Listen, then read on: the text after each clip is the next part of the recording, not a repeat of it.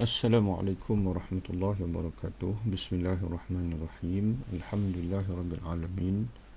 Wassalatu wassalamu ala nabiyyina wa habibina wa syafi'ina Muhammad bin Abdullah wa ala alihi wa ashabihi wa man ihtada bihadihi wa istanna bisunnatihi ila yaumiddin. Amma ba'd. Tuan-tuan dan puan yang dirahmati oleh Allah Ta'ala sekalian, insya-Allah pada pagi ini kita akan menyambung bacaan kita daripada risalah Racun dan Penawar bagi Hati yang merupakan intisari bagi kisim ataupun bahagian Al-Muhlikat dan juga bahagian Al-Munjiat dari kitab Ihya Ulumuddin dan juga kitab 40 Usul Agama. Kedua-dua ini merupakan karya Imam Al-Ghazali rahimahullah. Tuan-tuan dan puan yang dirahmati oleh Allah Ta'ala sekalian, sebelum ni kita telah pun selesai dalam siri yang pertama. Kita membaca berkenaan dengan kepentingan menjaga hati ataupun tazkiyatul qalb, menyucikan hati, ataupun dalam penafsiran Imam Al-Ghazali kata dia tazkiyah memberi makna at-tahir, iaitu pembersihan ataupun penyucian. Dan kita telah pun selesai membaca 10 perkara yang boleh merosakkan hati, yang kita beri tajuk dengan racun hati, tapi dalam karya Imam Al-Ghazali disebut dengan Al-Muhlikat, iaitu kata beliau Al-Muhlikat iaitulah akhlak-akhlak tercela yang datang Al-Quran untuk menghapuskannya, mentazkiyah jiwa manusia darinya dan membersihkan hati darinya. Ada 10 cabang-cabang akhlak-akhlak ataupun ciri-ciri perkara-perkara yang tercela bagi hati yang boleh merosakkan hati. Ini banyak kata Imam Ghazali, namun segala cabangnya itu kembali kepada 10 usul ataupun 10 akar, iaitulah berlebihan makan, berlebihan bercakap, marah, hasad, bakhil dan terlalu cintakan harta, mengejar pangkat dan kedudukan, cintakan dunia, sombong, ujub, dan yang ke-10 adalah riak. Itu sebagai ulang kaji semula bacaan kita dalam siri yang pertama. Dan pada hari ini, tuan-tuan dan puan, alhamdulillah Allah, kita akan sambung kepada tajuk yang berikutnya, iaitu penawar bagi hati. Imam Al-Ghazali rahimahullah menyenaraikan 10 perkara yang perlu kita hiaskan hati kita dengannya, yang disebut dengan istilah Al-Munjiat.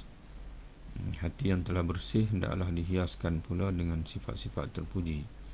Imam Al-Ghazali mengistilahkannya dengan Al-Munjiat, iaitu sifat-sifat yang menyelamatkan hati. Al-Munjiat menurut beliau ialah akhlak-akhlak terpuji yang seharusnya dituntut kerana ia merupakan sifat-sifat para muqarrabin dan siddiqin. Para muqarrabin yakni orang-orang yang diletakkan Allah pada kedudukan hampir dengannya.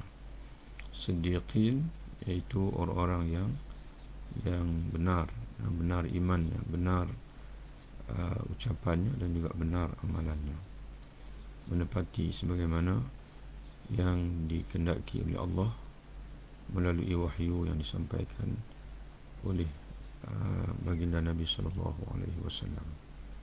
Melaluinya seorang hamba itu senantiasa dekat dengan Allah, Tuhan semesta alam. Melalui 10 ataupun perkara Al-Munjiat ini, akhlak-akhlak yang terpuji ini, seorang hamba itu akan senantiasa dekat dengan Allah Subhanahu wa ta'ala. Imam Al-Ghazali dalam kitabnya Al-Arba'in fi Usuluddin menyenaraikan 40 sifat atau akhlak terpuji yang mesti dimiliki oleh hati. Jadi elok kalau tuan-tuan dan puan sekalian dapat memiliki kitab ini, 40 usul agama, dan ada beberapa edisi terjemahan sebenarnya. Dan alhamdulillah ada terjemahan tuan-tuan dan puan yang tak menguasai bahasa Arab berpeluang untuk membaca kitab ini, insya-Allah. Jadi ada 10 sifat yang menjadi penawar bagi hati yang disebut oleh Imam Al-Ghazali. Yang pertama iaitulah taubat. Kata Imam Al-Ghazali, taubat adalah permulaan jalan para salik. Salik iaitu orang yang merentasi jalan menuju Allah dan kunci kebahagiaan murid. Murid, orang yang menuntut ilmu, mencari, dia panggil al-murid. Arada, mana orang yang berkehendak untuk mencapai jalan kepada keredaan Allah. Sabda Nabi SAW, at-taibu min adz-dzambi kaman la dzamba lahu. Orang yang bertaubat daripada dosanya sama seperti seorang yang tiada sebarang dosa. Ini sebagaimana dalam Sunan Ibn Majah, kata pentahqiq iaitu Syekh Shu'aib Al-Arnaud, hadis ini hasan bi syawahidihi. At-taibu min adz-dzambi kaman la dzamba lahu. Orang yang bertaubat dari dosa sama seperti seorang yang tiada sebarang dosa. Alhamdulillah. Jadi mudah-mudahan kita tergolong di kalangan orang yang bertaubat supaya dosa-dosa kita bersih. Yang kedua, perkara yang boleh mengubati hati, boleh menghiaskan hati dan juga boleh membersihkan hati, iaitulah takut kepada Allah, al-khauf min Allah. Sabda Nabi SAW, yaqulu Allah azza wa jalla, wa izzati la ajma'u ala abdi khawfaini wa la ajma'u lahu amnaini idza aminani fid dunya akhaftuhu yawmal qiyamah wa idza khafani fid dunya amantuhu yawmal qiyamah. Allah Subhanahu wa taala berfirman, demi kemuliaan dan kebesaranku, aku tidak akan menghimpunkan kepada hamba-Ku 2 ketakutan dan 2 keamanan.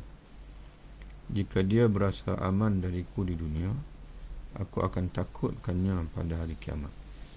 Jika dia berasa takut kepadaku di dunia, aku akan amankannya pada hari kiamat. Jadi perasaan takut kepada Allah Subhanahu wa taala ini berdasarkan hadis Nabi ini, hadis kursi ini, Allah Ta'ala berfirman, kata Allah, barang siapa yang takut kepadaku di dunia, aku akan berikan kepadanya keamanan, keselamatan di akhirat nanti.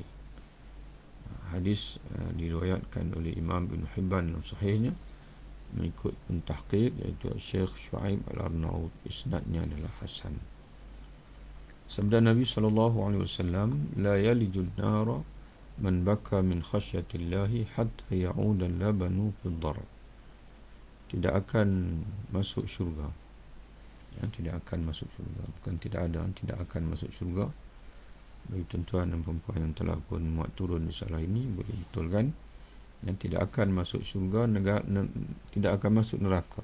Tidak akan masuk neraka orang yang menangis kerana takutkan Allah, hinggalah susu kembali ke kantung susu. Ini sekalipun susu dapat kembali ke kantung susu, orang yang takut kepada Allah, orang yang menangis kerana takut kepada Allah Subhanahu wa taala, dia tidak akan masuk neraka. Hadis yang diriwayatkan oleh Imam At-Tirmizi dalam Sunannya. Kata Imam At-Tirmizi, hadis hasan sahih. Perkara yang ketiga yang dapat menyelamatkan hati, yang bersihkan hati, iaitulah zuhud. Sabda Nabi SAW, izhad fi dunya yuhibbakallahu wazhad fi ma indan nas yuhibbakan nas. Bersikap zuhudlah di dunia, nescaya engkau akan dikasihi Allah. Dan bersikap zuhudlah terhadap apa yang ada di sisi manusia, nescaya kamu akan dikasihi oleh manusia. Sunan Ibn Majah, kata Imam An-Nawawi rahimahullah, sanadnya hasan. Hadis ini terdapat dalam matan Al-Arba'in Imam Nawawi, hadis yang ke-31. Apa makna zuhud? Zuhud ini iaitu bersedikit dalam mengambil nikmat duniawi. dan zuhud, iaitu tidak mengingini, tidak menghajati, tidak mengingini apa yang menjadi milik manusia. Sebaliknya berpada dengan apa yang dikurniakan oleh Allah Subhanahu wa taala. Sabda Nabi sallallahu alaihi wasallam dalam hadis yang lain, "Arada alayya rabbi liyaj'ala li batha'a Makkah dhahaban." Qultu, "La ya rabbi, walakin ashba'u yawman wa aju'u yawman." Atau qala thalathan aw nahwa hadha. Fa idza ju'tu tadarra'tu ilayka wa dhakartuka wa idza shabi'tu syakartuka wa khadimtuka. Maknanya, kata Nabi SAW, Tuhanku telah menawarkan kepadaku untuk mengubah untukku bukit Batha di Mekah. Ini satu bukit yang ada di Mekah. Kata Nabi, Allah Subhanahu Wa Taala offer kat dia, menawarkan kepada dia untuk mengubah bagi Nabi Muhammad SAW bukit Batha di Mekah menjadi emas. Makna beri kekayaan pada baginda lah, sehingga dikurniakan seolah-olah emas satu bukit. Namun aku berkata, tidak wahai Tuhanku, akan tetapi berilah aku kenyang sehari dan berlapar sehari, supaya ketika aku lapar aku mohon kepadamu dan mengingatimu, dan ketika aku kenyang aku mensyukurimu dan mujimu. Jadi Nabi SAW walaupun ditawarkan untuk menjadi orang kaya, tapi Nabi memilih untuk menjadi orang yang sederhana, memiliki hanya sekadar dipanggil memiliki kafafan, iaitu kehidupan yang mencukupi, ya, tidak lebih dan tidak kurang. Hadis sebagaimana riwayat Imam Tirmizi, berkata Imam Tirmizi hadis hasan. Sifat yang keempat yang boleh menyelamatkan hati kita, iaitulah sabar, sifat sabar. Sebagaimana Abdullah bin Amr menceritakan, su'ila Rasulullah SAW anil iman, qala as-sabru was-samahah. Rasulullah SAW ditanya tentang iman, baginda menjawab, sabar dan juga bertasamuh. Di antara cabang iman iaitu sabar dan juga bertasamuh, iaitu bertolak unsur. Sebagaimana dalam Musnad Nabi Ya'la, kata muhaqqiq, iaitu Syekh Sa'id As-Sannari yang mentahqiq kitab ini, kata dia hadis hasan bisyawahidi. Kitab Musnad Nabi Ya'la yang ditahqiq oleh Syekh Sa'id As-Sannari, kata dia hadis hasan bisyawahidi. Yang kelima yang boleh menyelamatkan hati, yang menjadi penawar bagi hati, iaitulah sifat syukur. Syukur iaitu sentiasa bersyukur, berterima kasih kepada Allah. Sabda Nabi SAW, "At-ta'imu syakiru bimanzilati sa'imis sabir." Orang yang menikmati makanan dengan bersyukur sama kedudukannya dengan orang berpuasa yang sabar. Jadi orang yang sentiasa bersyukur ketika dikurniakan rezeki oleh Allah sama seperti orang yang sentiasa bersabar. Sentiasa bersabar, di antara tanda seorang yang memiliki sifat sabar ialah dia orang yang suka berpuasa. Hadis sebagaimana Sunan Ibn Majah dari Abu Hurairah radhiyallahu anhu dan juga Sunan Tirmizi. Menurut Imam Tirmizi, hadis hasan gharib. Sifat yang keenam yang boleh menyelamatkan hati ialah ikhlas dan benar. Al-ikhlas wa sidq. Sabda Nabi SAW, "Innamal a'malu binniyati wa innamal likulli imri'in ma nawa." Sesungguhnya semua amalan bergantung kepada niat. Sesungguhnya pahala bagi setiap orang mengikut niatnya. Hadis bagaimana diriwayatkan oleh Imam Abu Bukhari dan Muslim, hadis yang masyhur, terdapat dalam matan Al-Arba'in An-Nawawi, hadis yang pertama. Dan begitu juga sabda Nabi SAW, "Inna sidqa yahdi ilal birri wa innal birra yahdi ilal jannah." Sesungguhnya benar menunjuk kepada kebaikan, dan sesungguhnya kebaikan menunjuk kepada syurga. Jadi benar di sini bukan saja bercakap benar, benar dalam niat, benar dalam percakapan, dan benar dalam amalan. Jadi sebagaimana dalam hati kita, begitulah penampilan luaran kita. Maka dia ada kaitan dengan ikhlas. Orang yang ikhlas iaitu sentiasa menjaga niat. Yang penampilan luaran dia adalah menggambarkan kepada keikhlasan yang adalah hati dia, mana benar dia tidak berdusta. Kalau adalah hati lain, penampilan lain, itu adalah berdusta.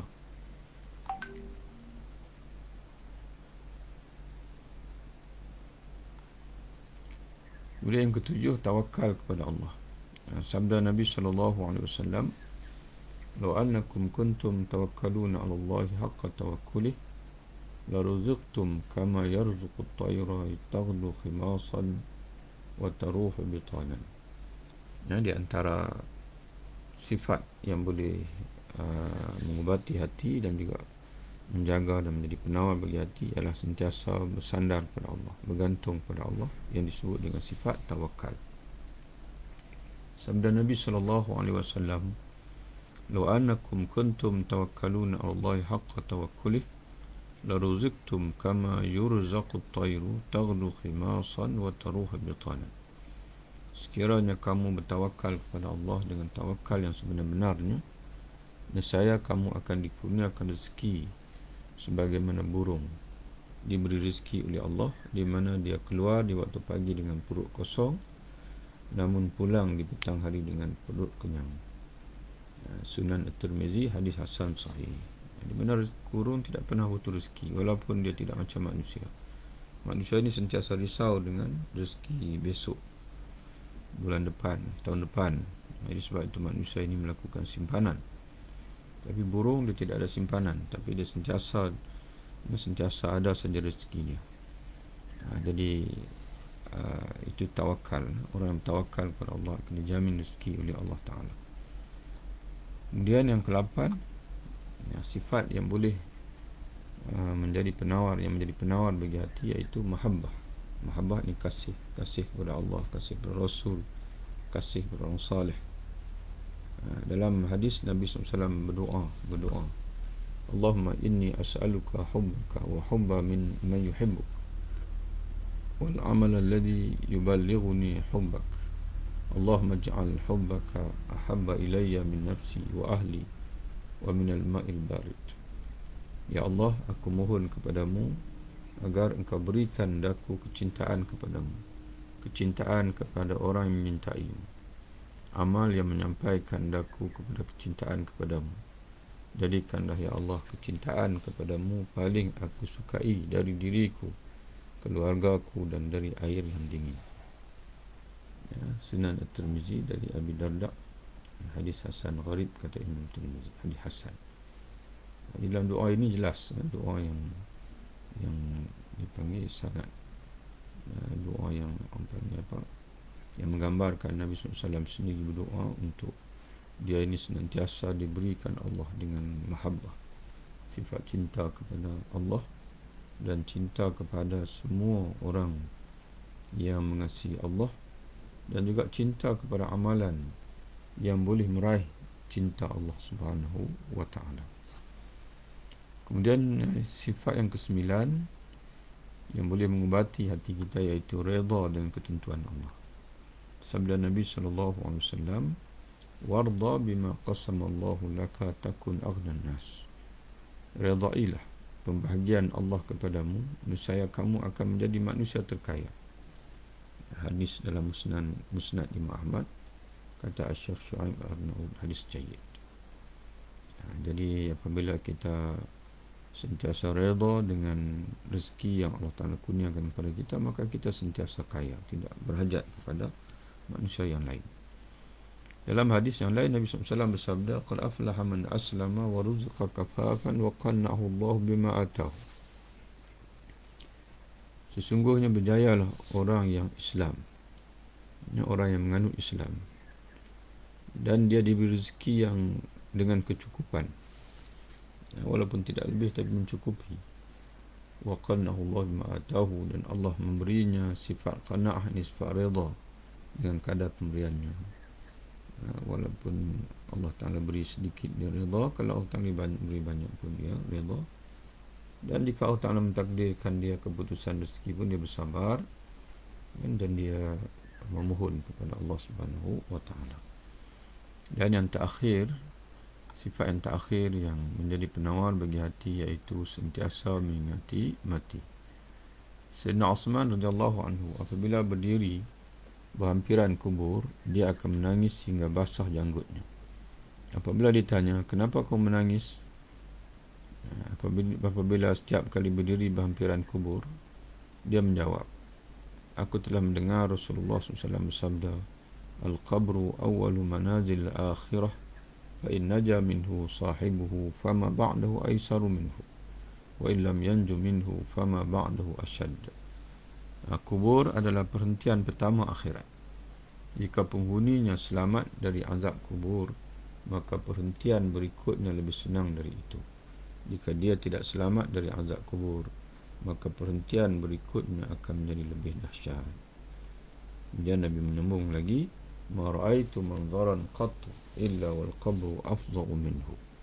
Tidak pernah aku melihat satu pemandangan melainkan kubur paling menggerunkan. Sunan At-Tirmizi, hadis hasan gharib. Demikianlah tuan-tuan sekalian, 10 penawar bagi hati.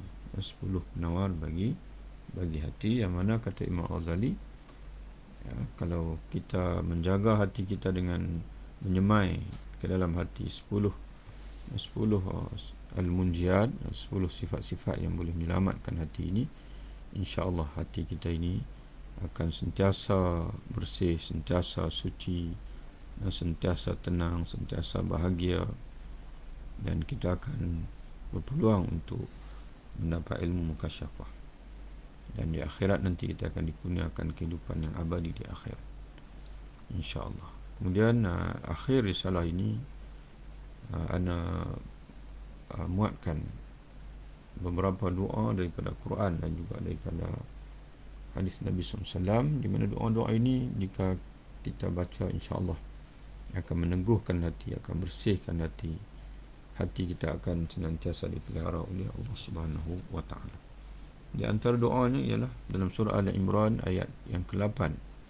Rabbana la tuzigh qulubana ba'da idh hadaitana wa hab lana min ladunka rahmah innaka antal wahhab. Wahai Tuhan kami, janganlah engkau jadikan hati kami condong kepada kesesatan sesudah engkau beri petunjuk kepada kami, dan kurniakanlah kepada kami rahmat dari sisi engkau, kerana sesungguhnya engkaulah maha pemberi kurnia. Dan ada lagi beberapa doa-doa yang lain dalam hadis, di antaranya Nabi SAW berdoa, Allahumma habib ilaina al-iman wa zayyinhu fi qulubina wa karih ilaina al-kufra wal fusuqa wal asyan waj'alna minar rasyidin. Ya Allah, jadikanlah kami mengasihi iman dan hiaskanlah iman dalam hati-hati kami. Jadikanlah kami benci kekufuran, kefasikan dan kemaksiatan. Golongkanlah kami dari kalangan orang-orang yang mendapat petunjuk. Ini doa Nabi. Dan doa Nabi juga, ya muqallibal qulub sabit qalbi ala dinik. Wahai Tuhan yang menguasai, yang berkuasa mengubah hati-hati, teguhkanlah hatiku di atas agamamu. Dan doa Nabi juga, Allahumma musarrifal qulub sarrif qulubana ala ta'atik. Ya Allah, wahai Tuhan yang berkuasa memalingkan hati-hati, palingkanlah hati kami kepada mentaatimu. Jangan palingkan hati kami dari mentaatimu kepada dunia dan sebagainya, tapi palingkanlah, arahkanlah hati kami kepada ketaatan kepadamu. Doa Nabi lagi, Allahumma ghsil qalbi bima'it thalji wal barad wa naqi qalbi min al-khataya kama naqaita ath-thawb al-abyada min ad-danas. Ya Allah, bersihkanlah hatiku dengan air salji dan air batu. Sucikanlah hatiku dari dosa-dosa sebagaimana engkau menyucikan pakaian putih dari kekotoran. Sebagaimana engkau menggunakan air untuk menyucikan pakaian manusia, termasuk pakaian putih yang ketara kotornya, tapi dengan air yang kau kurniakan, maka pakaian putih yang ketara kotor itu akan kembali putih. Maka engkau sucikanlah hatiku sebagaimana engkau menyucikan pakaian putih dengan air itu. Kata ahli ulama, kenapa Nabi doa, ya Allah bersihkan hatiku dengan air salji dan air batu? Kerana air salji dan air batu ini tidak pernah digunakan manusia untuk bersuci, walaupun airnya bersih, dia bersih. Seolah Nabi berdoa kepada Allah, bersihkanlah aku termasuk dengan air salji dan air batu, yang mana air itu suci, bersih, tak dapat manusia nak gunakan untuk suci. Tapi Engkau ya Allah, kalaulah perlu hatiku dibersihkan dengan apa saja alat penyucian, hatta air salji, air batu dan sebagainya, maka bersihkanlah ya Allah hatiku ini. Kemudian di antara doa lagi dalam Sahih Muslim, Allahumma inni a'udzubika min ilmin la yanfa', min qalbin la yakhsha', min nafsin la tashba', wa min da'watin la yustajabu lah. Ya Allah, aku berlindung denganmu dari ilmu yang tidak bermanfaat, dari hati yang tidak khusyuk, dari nafsu yang tidak puas, dan dari doa, bukan dosa, dari doa, silap ni pindahlah, dari doa yang tidak diperkenankan. Jadi salah satu daripada perkara yang Nabi mohon perlindungan dengan Allah ialah wa min qalbin la yakhsha', daripada hati yang tidak khusyuk. Allahumma inni as'aluka thabata fil amri, wa as'aluka azimata rushd, wa as'aluka syukra ni'matik, wa husna ibadatik, wa as'aluka qalban salima, wa lisanan sadiqa, wa astaghfiruka lima ta'lam, wa as'aluka min khairi ma ta'lam, wa a'udzu bika min syarri ma ta'lam. Ya Allah, aku mohon kepadamu keteguhan dalam urusan agama, tekad dalam petunjuk, mensyukuri nikmat-Mu, memperelokkan ibadah kepadamu. Aku juga mohon hati yang sejahtera dan lidah yang benar. Di dalam doa ini mohon hati yang sejahtera. Aku mohon keampunan-Mu bagi kelayanku yang hanya Engkau mengetahuinya.